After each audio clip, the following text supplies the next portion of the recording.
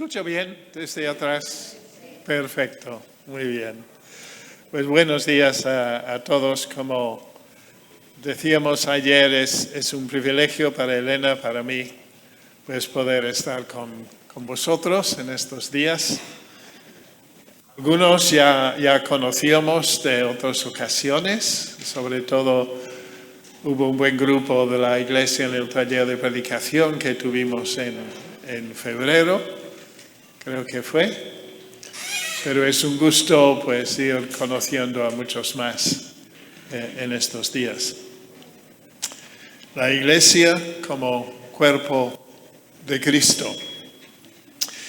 Elena y yo vivíamos durante algunos años en Salamanca. Era una pausa entre nuestro ministerio en Marín, donde hemos vuelto a estar, pero cuando estábamos en Salamanca disfrutamos mucho en nuestra iglesia local por la tremenda variedad de personas y nacionalidades que había en la congregación. Al ser una ciudad universitaria, pues solíamos tener estudiantes de distintas nacionalidades que venían también a la iglesia. En una ocasión iba contando el número de nacionalidades que teníamos en la iglesia y llegué a 19, si no me escapaba alguno. 19 distintas nacionalidades representadas.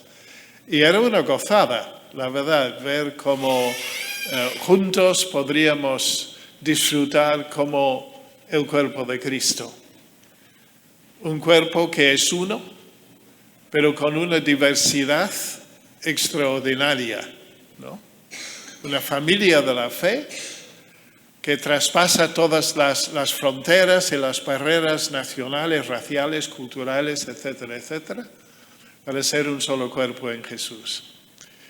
Ahora en Marín no tenemos exactamente la misma situación, pero curiosamente allí tenemos un grupo grande de hermanos de Ghana, ganeses, que han venido para la industria de la pesca. Marín es por encima de todo un pueblo pesquero, no tiene más industria.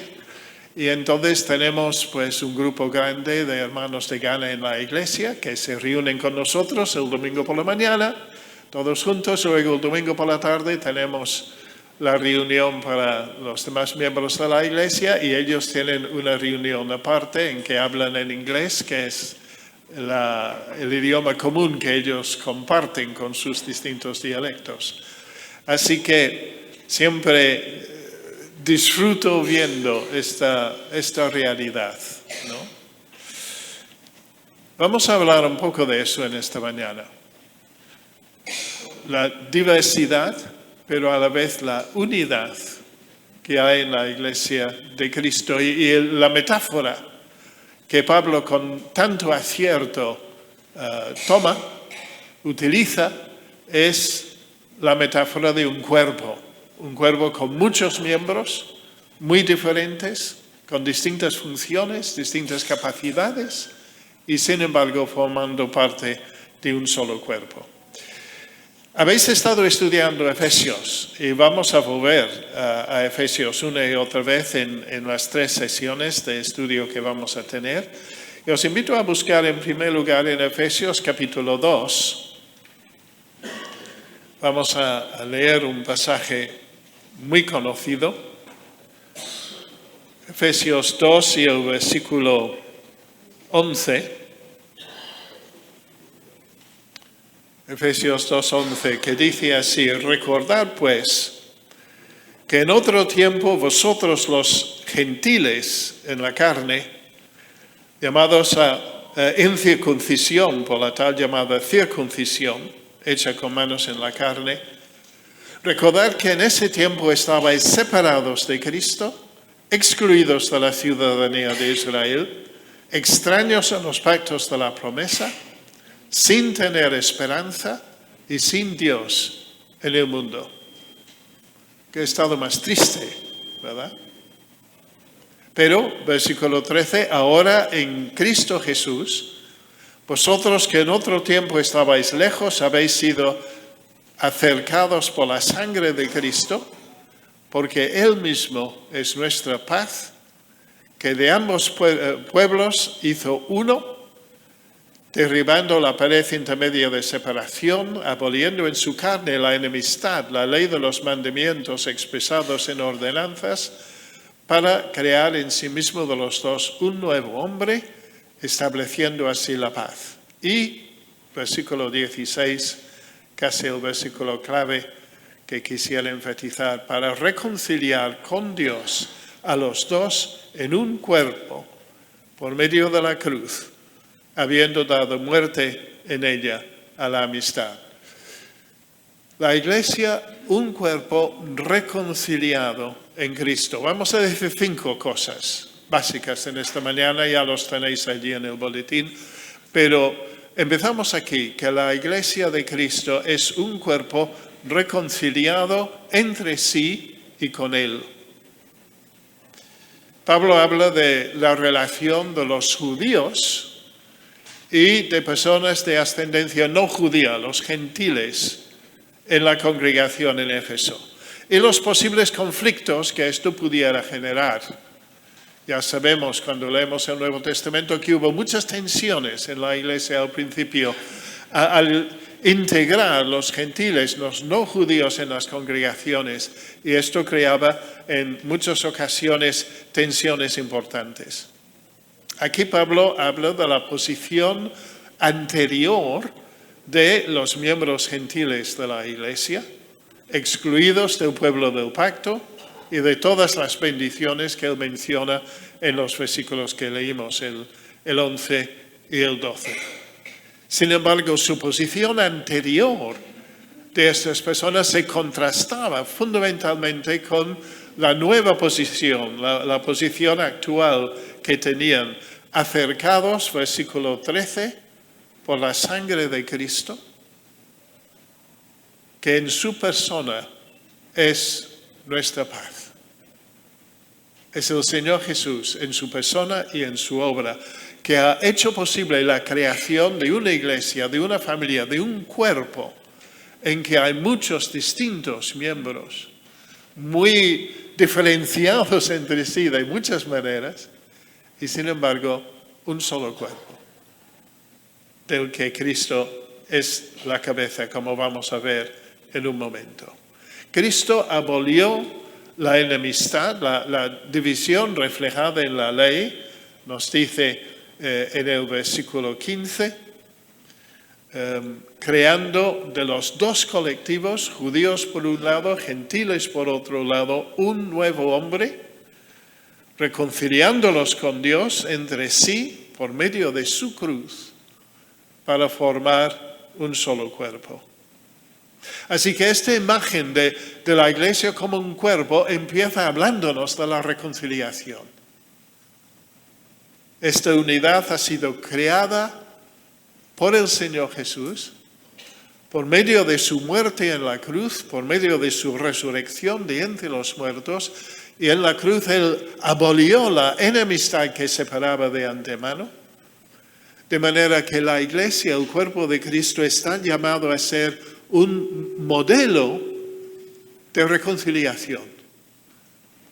Vivimos en un mundo, como todos lo sabemos y no hace falta que yo diga mucho sobre esto, un mundo marcado por un montón de conflictos. En estos días hemos sido sacudidos tremendamente, no solo por el conflicto que sigue entre Ucrania y Rusia, sino también por todo lo que está pasando en Medio Oriente, que nos entristece profundamente. Pero alguien nos decía en nuestra iglesia el otro día que de hecho en este momento hay unos 100 conflictos, más de 100 guerras en muchas partes del mundo, muchos de los cuales ni sabemos que existen. A mí me sorprendió la cifra, pero así lo dijo. Hay como más de 100 conflictos entre las naciones del mundo. Un mundo severamente dañado y roto por conflictos. Y en este mundo, el cuerpo de Cristo, la iglesia de Cristo, tiene un papel importantísimo como modelo de reconciliación. Demostrar que en Cristo y por Cristo es posible que personas de un trasfondo muy diferente, muy distinto, de personas de caracteres a veces opuestos, personas tan diferenciadas entre sí, sin embargo pueden vivir juntos en armonía por medio del Señor Jesús. Creo que esto hace surgir dos preguntas, por lo menos dos. Voy a contentarme con dos por ahora. En primer lugar, una pregunta personal que me vais a permitir. ¿Estás tú reconciliado con Dios? No hablo aquí de si eres miembro de una iglesia evangélica o siquiera que has estado asistiendo a esta iglesia quizás durante años. En algunos casos, pues, algunos hemos asistido desde que podemos recordar a una iglesia evangélica, pero eso no es la pregunta. Porque es posible asistir incluso durante años a una iglesia evangélica y no tener una relación personal con el Señor Jesús. Eso es lo que hace la diferencia. Así que solo dejo la pregunta allí, solo tú lo puedes contestar.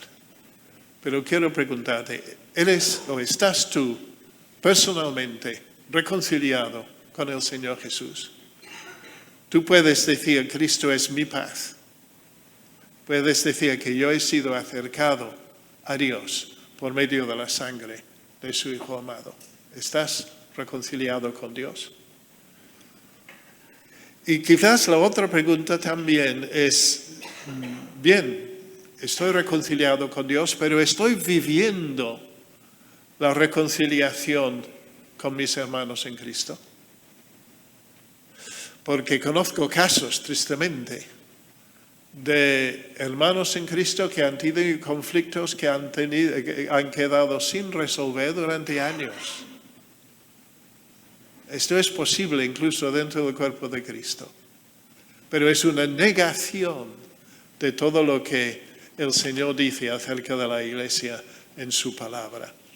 Vives la realidad de la reconciliación con el Señor Jesús, con tus hermanos en la iglesia. Estoy seguro que sí, porque aún en estas pocas horas he notado que hay un ambiente aquí entre vosotros muy, muy, muy estrecho, muy hermoso, muy bonito de relación personal, ¿no? Y eso da mucho gusto. Pero solamente leo un par de versículos por si a alguna persona esto puede ser importante.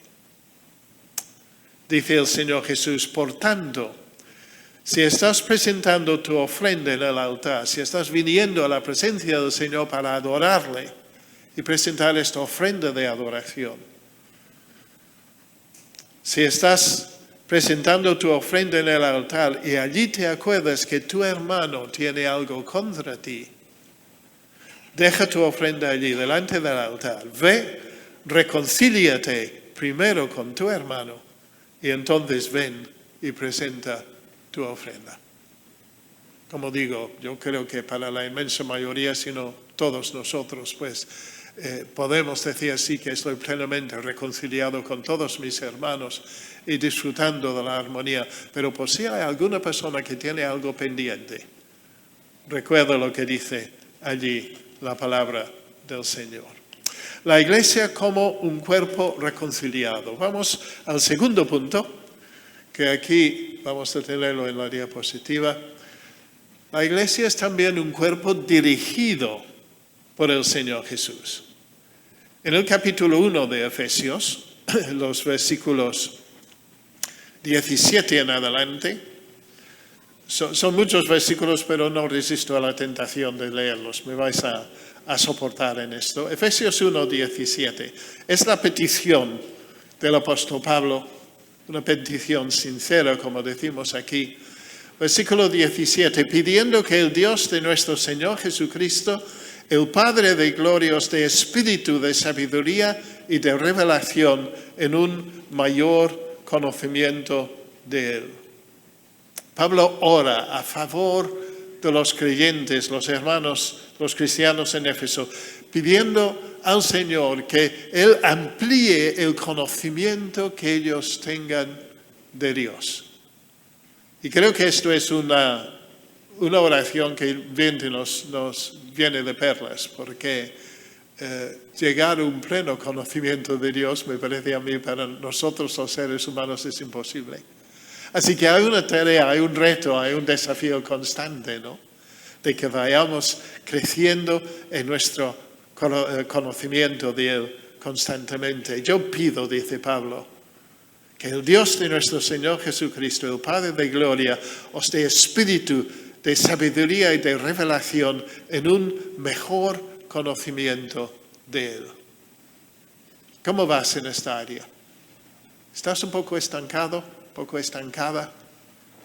¿Has experimentado un crecimiento en estos últimos meses en tu conocimiento del Señor al estudiar la palabra? ¿O tienes la sensación de que estás un poco parado, un poco parada?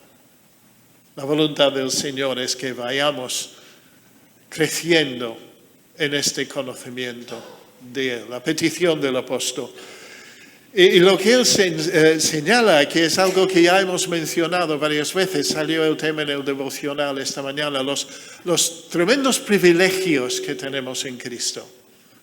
Versículo 8, mi oración es que los ojos de vuestro corazón sean iluminados para que sepáis cuál es la esperanza de su llamamiento. El cristianismo, sobre todo, por encima de todo, es una fe marcada por la esperanza. Yo creo que la esperanza es casi la palabra clave del Evangelio. En un mundo que no tiene esperanza, la Iglesia de Cristo tiene una esperanza maravillosa. Para que sepáis cuál es la esperanza de su llamamiento, cuáles son las riquezas de la gloria de su herencia en los santos, y cuál es la extraordinaria grandeza de su poder para con nosotros los que creemos, conforme a la eficacia de la fuerza de su poder. Me gusta este versículo porque da la impresión de que Pablo está luchando para encontrar más términos para hablar del poder de Dios, ¿no? La extraordinaria grandeza de su poder para con nosotros los que creemos, conforme a la eficacia de la fuerza de su poder. ¿Hay más términos para hablar de esto? Porque es que el poder de Dios no tiene límites. Es extraordinario lo que Dios puede hacer, lo que Dios ya ha hecho en nosotros. Es un milagro de su gracia, de su poder, de su amor. Y aún lo que puede seguir haciendo, sobre todo si permitimos que nos llene perfectamente, totalmente de su Espíritu Santo, ¿no? La extraordinaria grandeza de su poder, los privilegios del creyente, pero nos habla también del poder de Dios manifestado en la resurrección del Señor Jesús. Versículo 20, el cual obró en Cristo cuando le resucitó de entre los muertos y le sentó a su diestra en los lugares celestiales. Dice Pablo, la evidencia más grande del infinito poder de Dios es la resurrección del Señor Jesús de entre los muertos. La muerte, este tirano que nunca soltaba ninguno de sus cautivos. Pero dice Pedro en la predicación en Pentecostés, la muerte no le pudo retener al Señor Jesús. Él rompió las cadenas de la muerte, salió victorioso a una nueva vida, una vida gloriosa. Y esta es la nueva vida y la vida gloriosa que Él comparte con nosotros, los que hemos puesto nuestra fe y confianza en Él. La mayor evidencia del inmenso, del infinito poder de Dios es la resurrección del Señor Jesús de entre los muertos, dice el apóstol Pablo. Y no solamente le resucitó, sino que le sentó a su diestra en los lugares celestiales. Nos habla de la posición de Cristo resucitado, muy por encima de todo principado, autoridad, poder, dominio y de todo nombre que se nombra, no solo en este siglo, sino también en el venidero. Y todo lo sometió bajo sus pies. Y Él le dio por cabeza sobre todas las cosas a la Iglesia. La Iglesia es un cuerpo reconciliado con Dios y los unos con nosotros, pero también es un cuerpo dirigido y sometido al Señor Jesucristo. La iglesia, dice el versículo 23, es su cuerpo, es la plenitud de aquello que lo llena todo en todo. Es decir, la iglesia es la plenitud de Cristo, no porque ella, la iglesia, le llena a Jesús, sino porque Jesús llena a su iglesia.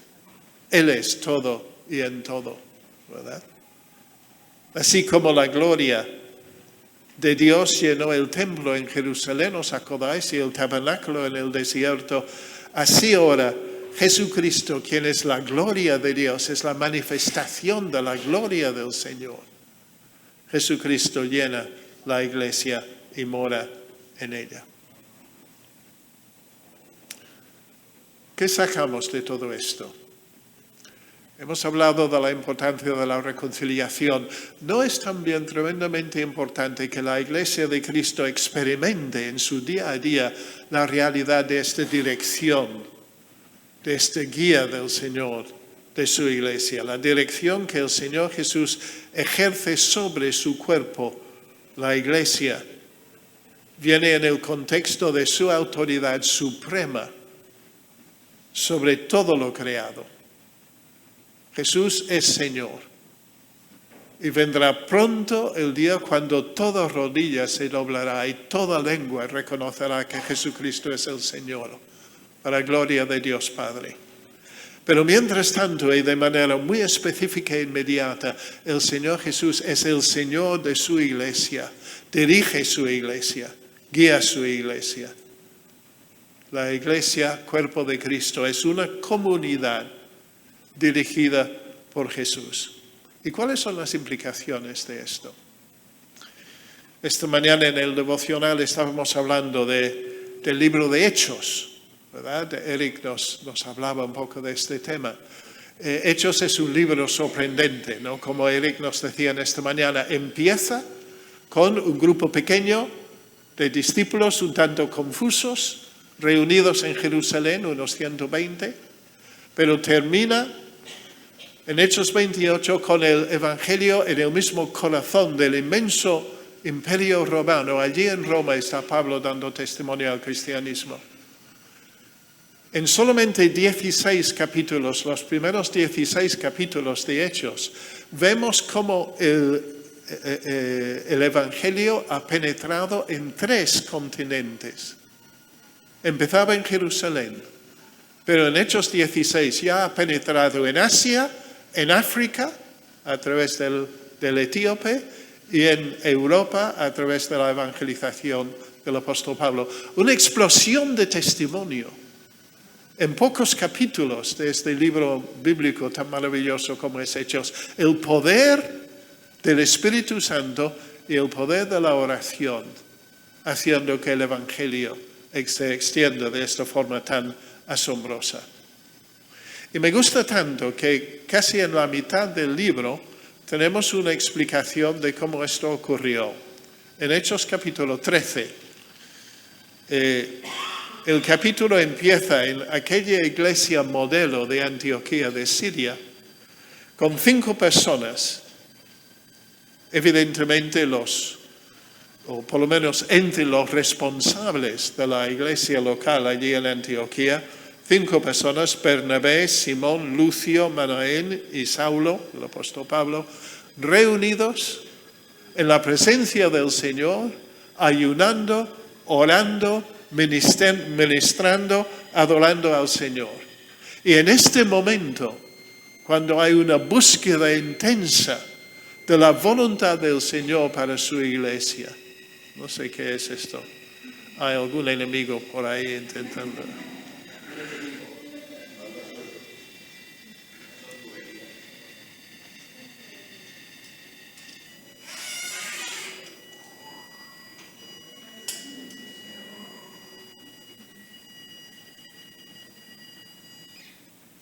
¡Ole!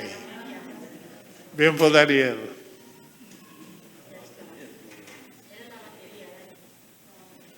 Muy bien. Pues decía, ¿no?, que allí en Antioquía a este grupito de 5 hombres, juntos, adorando, orando, ayunando y diciendo, Señor, ¿cuál es tu voluntad para la iglesia? ¿Cuál es el próximo paso? ¿Qué quieres tú para tu pueblo? ¿Cuál es la misión que tú nos quieres dar? Allí viene parte de la familia.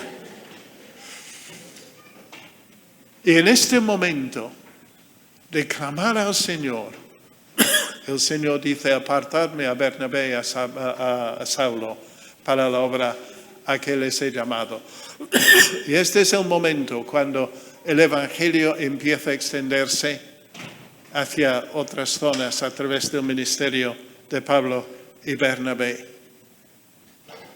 En nuestras iglesias locales tenemos este mismo deseo de decir, Señor, ¿cuál es tu voluntad para nosotros? ¿Qué quieres tú que hagamos como iglesia local? Tú eres el Señor. Tú eres el que nos dirijas, tú eres el que nos guías. Señor, ¿cuál es tu voluntad? ¿Anhelamos que el Señor muestre su dirección a nuestra iglesia? Es fácil a veces caer en una especie de rutina de actividades y de reuniones, de cultos y demás, ¿no? Y esto tiene su punto muy bueno. Las rutinas, las disciplinas son buenas en la vida cristiana. Pero creo que debe haber siempre en la iglesia de Cristo, en el cuerpo de Cristo, este anhelo de decir, Señor, ¿qué quieres que hagamos? ¿Cuál es tu voluntad? ¿Cómo podemos extender el testimonio al Evangelio entre los que están a nuestro alrededor? La iglesia, un cuerpo reconciliado con Dios, con Cristo. La iglesia es un cuerpo dirigido por Cristo. Y en tercer lugar, la iglesia es un cuerpo unido en Cristo. Vamos a la tercera diapositiva que tenemos aquí, el cuerpo unido con Cristo. Efesios 4. Vamos a seguir en Efesios, pero mirando otro texto que Pablo nos pone delante otra vez, utilizando la idea del cuerpo, ¿no?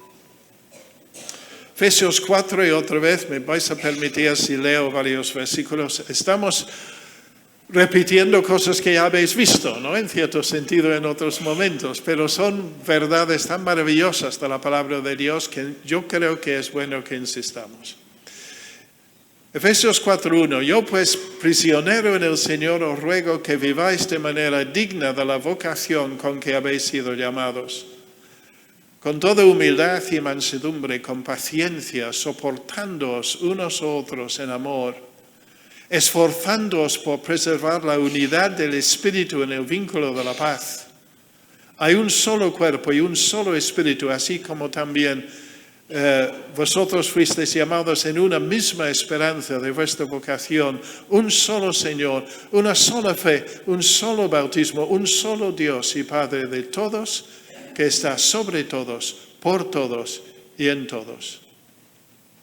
¿Qué tenemos en estos versículos? Pues en primer lugar, un ruego, una petición, otra vez del apóstol Pablo, pero en esta ocasión dirigida a los hermanos de la iglesia. Yo pues, prisionero del Señor, os ruego que viváis de una manera digna de la vocación con que habéis sido llamados. El anhelo del apóstol es que los creyentes vivan de una manera digna del llamamiento que han recibido del Señor Jesús. Llamados a ser familia, la familia de Dios. Llamados a ser testigos. Otra vez hechos, ¿no? Seréis mis testigos en Jerusalén, en Judea, en Samaria y hasta lo último de la tierra. El cuerpo de Cristo, llamado a ser un cuerpo misionero, desafiado a llevar el Evangelio hacia todos los países del mundo para que nadie quede sin escuchar el mensaje del Evangelio. Un ruego específico. Y este ruego exige unos rasgos característicos en cada individuo, con toda humildad y mansedumbre, con paciencia, con aguante, soportándoos unos a otros, con amor. Valores del reino de Dios. Valores que no tienen nada que ver con la sociedad en la que vivimos, donde estos valores serían objetos de burla casi, ¿no? Una sociedad donde priva sobre todo el egoísmo. Yo primero. Yo todo lo puedo, todo lo quiero y los demás pues que se despabilen, ¿no? La vida cristiana y los valores del reino no son así. Son valores opuestos, de humildad, de comprender lo pequeños y lo piltrafas que somos, de mansedumbre, de paciencia, soportándonos los unos a los otros y haciéndolo en amor. Y dice el Señor que esto exige de nuestra parte un esfuerzo constante por guardar, preservar la unidad del Espíritu en el vínculo de la paz. Una de las cosas que nunca entiendo, y probablemente vosotros tampoco, es que frente al énfasis en la unidad del cuerpo de Cristo que encontramos en las Escrituras, ¿por qué estamos tan divididos? ¿Por qué hay tantas distintas iglesias? Qué bueno es que podamos tener una relación estrecha entre nosotros, en algunos casos, en otros no tanto. Hace 2 semanas estaba en Palma de Mallorca, también para un taller de predicación allí. Qué hermoso era ver que muchísimas iglesias estaban juntos, unidos, con una sola actividad. Y se notaba el amor, el cariño que había entre ellos. Pero no es siempre esto la realidad del cuerpo de Cristo. ¿Por qué es tan importante guardar la unidad del Espíritu en el vínculo de la paz? Pues en primer lugar porque hay tantas cosas que tenemos en común. Hay una realidad evidente, versículo 4, de que hay un solo cuerpo, un solo Espíritu. Así como también fuisteis llamados en una misma esperanza de vuestra vocación, un solo Señor, una sola fe, un solo bautismo, un solo Dios y Padre de todos, que está sobre todos, por todos y en todos. De nuevo recae el mensaje sobre el hecho de la unidad del cuerpo del Señor Jesús. Que no debemos estar nunca fraccionados, ni en la iglesia local, ni entre las iglesias. Porque el cuerpo de Cristo es uno solo. Todos formamos parte de un solo cuerpo. Y es por esto mismo que debemos esforzarnos en mantener la unidad del Espíritu en el vínculo de la paz, desechando los egoísmos, las ganas de protagonizar, las ganas de tener el primer lugar. No, todo eso no cabe dentro del cuerpo de Cristo. Servimos a aquel que, siendo el soberano Señor del universo, vino a servirnos. El Hijo del Hombre no vino para ser servido, sino para servir, para dar su vida en rescate por muchos. Pienso que esta cuestión de la unidad del cuerpo de Cristo tiene quizás más importancia de lo que a veces lo podemos dar. Cuando el Señor Jesús en su oración en Juan 17, pocas horas antes de la cruz, oraba por los suyos, decía esto: no ruego solo por estos, mi grupo inmediato de discípulos, sino también por los que han de creer en mí por la palabra de ellos, para que todos sean uno. Como tú, oh Padre, estás en mí y yo en ti, que también ellos estén en nosotros, para que el mundo crea que tú me enviaste. La gloria que me diste les he dado para que sean uno, así como nosotros somos uno, yo en ellos y tú en mí, para que sean perfeccionados en unidad, para que el mundo sepa que tú me enviaste y que los amaste tal como me has amado a mí. 4 razones por las que es tan importante la unidad del cuerpo de Cristo. En primer lugar, para que el mundo crea. Recuerdo escuchar un una grabación del testimonio de don Francisco La Cueva. No sé si para los más jóvenes este nombre suena tanto, a los mayores seguramente que sí, ¿no? Y él relata cómo, después de su conversión, el Señor, después de un tiempo en España, fue para Inglaterra y se encontraba allí con las iglesias y servía a las iglesias, pero una de las cosas que le chocaba tanto a don Francisco era la cantidad de iglesias diferentes que había en Inglaterra. ¿Dónde estaba la unidad del cuerpo de Cristo? El Señor Jesús dice que la unidad es importante para que el mundo crea que tú me enviaste. En segundo lugar, es importante para que sean perfeccionados los discípulos en unidad. Dice en el versículo 23 de Juan 17. La unidad es importante para que los hermanos, los discípulos, sean perfeccionados en unidad. Entiendo que lo que está diciendo es que la unidad del cuerpo de Cristo es esencial para poder desarrollar este proceso de perfeccionamiento que tenemos por delante como la meta del Señor para nuestras vidas. Nos necesitamos los unos a los otros. Yo no puedo vivir sin mis hermanos en Cristo.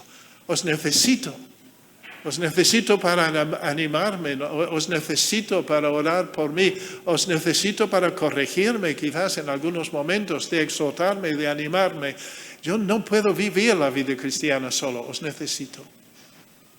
Y todos nos necesitamos en el cuerpo de Cristo. La unidad es importante para que el mundo crea, para que los discípulos sean perfeccionados. Dice el Señor Jesús, para que el mundo sepa que tú me enviaste, para la vindicación del Señor Jesucristo ante el mundo, es importante la unidad de la Iglesia, para que el mundo crea. En cuarto lugar, es importante, dice el Señor, para que el mundo sepa que los amaste tal como me has amado a mí. La unidad de la Iglesia es una demostración del amor de Dios obrando en su pueblo. 4 razones para priorizar la unidad del cuerpo de Cristo. Para que el mundo crea, para que los discípulos sean perfeccionados, para que Cristo sea vindicado ante el mundo y para que el amor de Dios sea revelado en su cuerpo. Como digo, a mí me da la impresión, sin conoceros mucho, de que hay un ambiente de unión y de comunión aquí. Bendito sea el Señor por ello y que lo preserve durante mucho tiempo. Pero nunca está de más decir la importancia de que seamos un cuerpo unido en el Señor Jesús. Cuarto punto, ya estamos llegando hacia el final. Además de ser un cuerpo unido en Cristo, somos un cuerpo que va creciendo en Cristo. Seguimos en estos versículos de donde estábamos hace un momento, porque a partir del versículo 7 de Efesios 4 leemos esto, versículo 7, pero a cada uno de nosotros se nos ha concedido la gracia conforme a la medida del don de Cristo. Saltamos al versículo 11, y Él dio a algunos el ser apóstoles, otros profetas, otros evangelistas, otros pastores y maestros, a fin de capacitar a los santos para la obra del ministerio, para la edificación del cuerpo de Cristo, hasta que todos lleguemos a la unidad de la fe, del conocimiento pleno del Hijo de Dios, a la condición de un hombre maduro, a la medida de la estatura de la plenitud de Cristo. Y sigue el apóstol enfatizando esta cuestión. La Iglesia es un cuerpo que crece.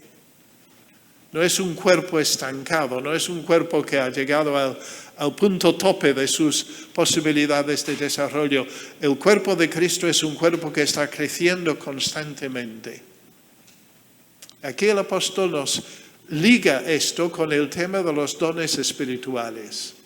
Los dones que el Señor da a su Iglesia para que la Iglesia pueda desarrollarse y pueda crecer. Estos dones, versículo 7, tienen una procedencia muy clara.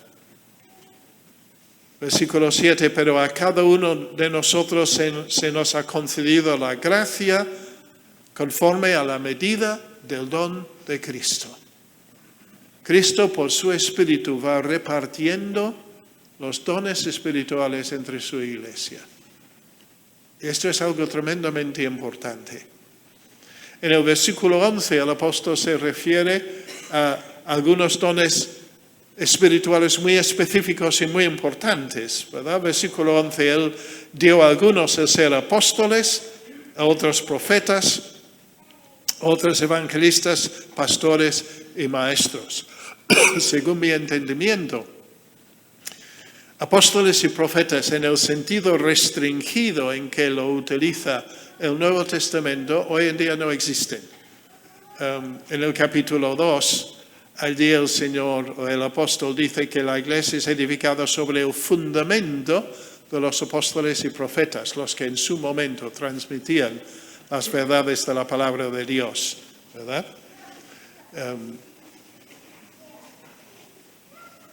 A ver si voy bien de tiempo. La potenciación de los dones y su propósito en el versículo 12 es a fin de capacitar a los santos para la obra del ministerio. ¿Tenéis la idea de que el trabajo en la iglesia local es obra de Eric? ¿O de los demás ancianos o diáconos? ¿Que los demás podéis sentaros cómodamente y ellos hagan ellos el trabajo? Claro que no. Claro que no. En absoluto, ¿verdad? El apóstol Pedro nos dice que cada uno de nosotros tiene por lo menos un don espiritual. Voy a leer el texto para no decirlo mal y confundirme. Dice el apóstol Pedro muy claramente, según cada uno ha recibido un don especial, úselo sirviéndoos los unos a los otros, como buenos administradores de la multiforme gracia de Dios. El número de dones es muy grande. Yo no sé si se puede hacer una lista de ellos o no.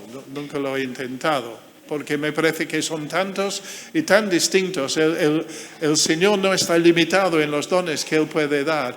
Lo que sí dice la palabra es que cada creyente en el Señor Jesús tiene como mínimo un don.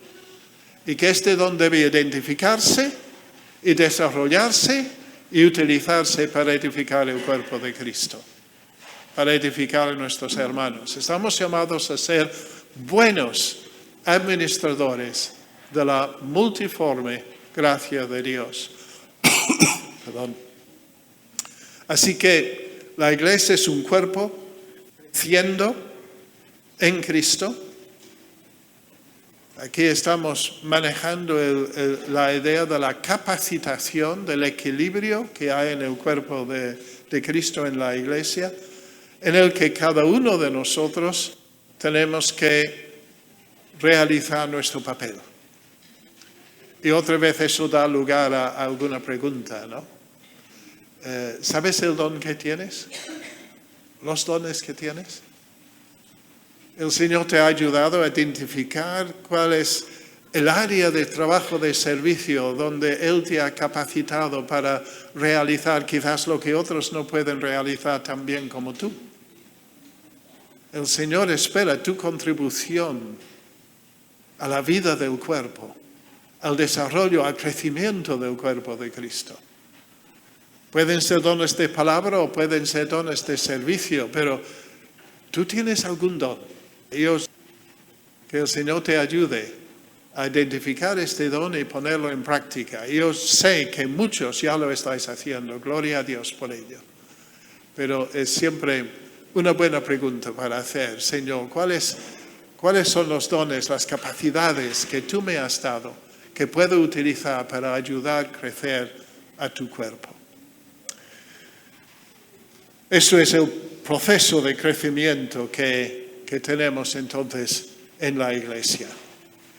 Y por último, muy brevemente con eso termino, una quinta faceta que Pablo menciona en la iglesia, en cuanto a la iglesia en Efesios, es que la iglesia es un cuerpo, yo he puesto mimado por Cristo. Si podemos ir a la próxima diapositiva.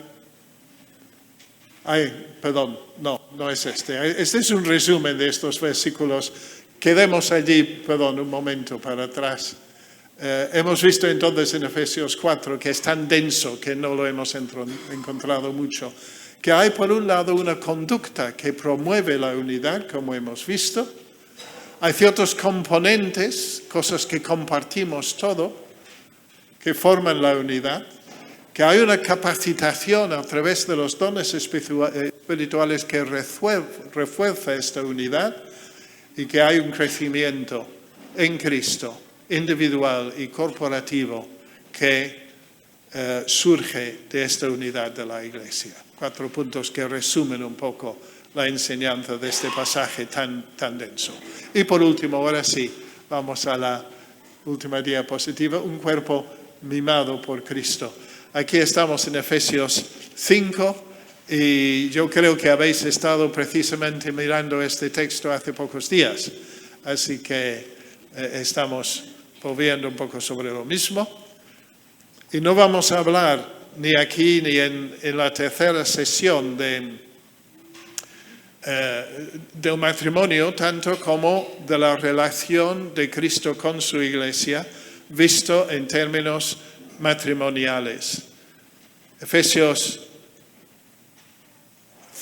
5, versículos 29 y 30 dice: porque nadie aborreció jamás su propio cuerpo, sino que lo sustenta y lo cuida, así como también Cristo a la iglesia, porque somos miembros de su cuerpo. Hemos hablado de distintos aspectos del cuerpo de Cristo, ¿no? Que en primer lugar es un cuerpo reconciliado con el Señor y los unos con los otros. Es un cuerpo dirigido por Cristo y debemos estar pendientes de su guía, de su dirección para nuestra congregación. Es un cuerpo unido en Cristo. Esto es un aspecto fundamental de lo que el apóstol dice acerca de la iglesia. Es un cuerpo que está creciendo constantemente en Cristo, conforme a los dones que el Señor va dando a todos. Pero también es un cuerpo mimado por Cristo. Nosotros tendemos a mimar nuestros propios cuerpos, ¿verdad? ¿Disfrutaste del desayuno de esta mañana? Yo también. A nuestro lado había un señor inglés que tenía un sobrepeso impresionante, que llegó antes de nosotros, estaba comiendo todo el tiempo que estuvimos nosotros y cuando nos marchamos acababa de llegar con otro plato colmado de huevos, de no sé qué, de no sé cuánto. Bueno, cuidamos mucho nuestro propio cuerpo, quizás a veces hasta en exceso en este sentido, ¿no? Pero sí, es correcto. Cada uno aborreció jamás a su propio cuerpo, sino que lo sustenta y lo cuida. Gracias a la buena cocinera que yo tengo como esposa, yo también cuido mucho de mi cuerpo en este aspecto. Pero dice Pablo así, Cristo también a la iglesia. El Señor cuida a su cuerpo, el Señor mima a su cuerpo. Es interesante que en el versículo 29 habla de sustentar y de cuidar. Y esta palabra cuidar allí solamente se utiliza en 2 ocasiones en el Nuevo Testamento. Uno aquí y el otro en 1 Tesalonicenses, donde el apóstol utiliza una figura muy llamativa, hablando de su cuidado, su cuidado pastoral de los tesalonicenses. Dice en el versículo, ¿dónde estoy? 7 de 1 Tesalonicenses 2, más bien demostramos ser benignos entre vosotros como una madre que cría con ternura a sus propios hijos. Una madre que cría con ternura a sus propios hijos. ¿Qué imagen más con fuerza, ¿no? De una madre desviviéndose por sus hijos, dándoles la comida que más les beneficia, criándoles para que sean sanos. Pues es la misma palabra que aquí se utiliza para la manera en que Cristo cuida a su cuerpo. ¿Qué implica esto? Pues yo creo que sobre todo gratitud. Gratitud profunda al Señor. Nos ha amado hasta el punto que en Getsemaní dijo: Padre, si es posible, pase de mí esta copa. Pero no sea lo que yo quiero, sino lo que tú. Señor, hágase tu voluntad. Y por obediencia al Padre y también por amor a nosotros, el Señor va a la cruz. Y allí entrega su vida y derrama su sangre porque nos amó tanto que se entregó por nosotros. A mí me gusta mucho ese texto de Gálatas 2:20, ¿no? La Escritura dice que Dios amó al mundo, dice que Cristo amó a la iglesia, pero allí el apóstol Pablo dice: el Hijo de Dios me amó a mí y se entregó a sí mismo por mí. Y cada uno de nosotros podemos decir esto, ¿no? Cuando el Señor Jesús murió en la cruz del Calvario, estaba pensando específicamente en ti y en mí. Estaba dando su vida porque te amaba tanto que estaba dispuesto a ir a la cruz por ti. Cristo amó a su iglesia. Cristo cuida y sustenta a su iglesia. No hay amor como el amor de Cristo. Y creo que esto debe provocar una profunda gratitud en nuestros corazones. ¿Cómo respondemos a su amor? Bueno, de eso vamos a hablar en las preguntas que vamos a tener a continuación, así que vamos ahora a dividirnos en los grupos y pensar en las preguntas que están un poco orientadas en cuanto a estos 5 conceptos, ¿no? Un cuerpo reconciliado con Cristo, un cuerpo, ya no recuerdo lo que prediqué yo, un cuerpo dirigido por Cristo, un cuerpo unido en Cristo, un cuerpo creciendo en Cristo y un cuerpo mimado por Cristo. El Señor bendiga su palabra.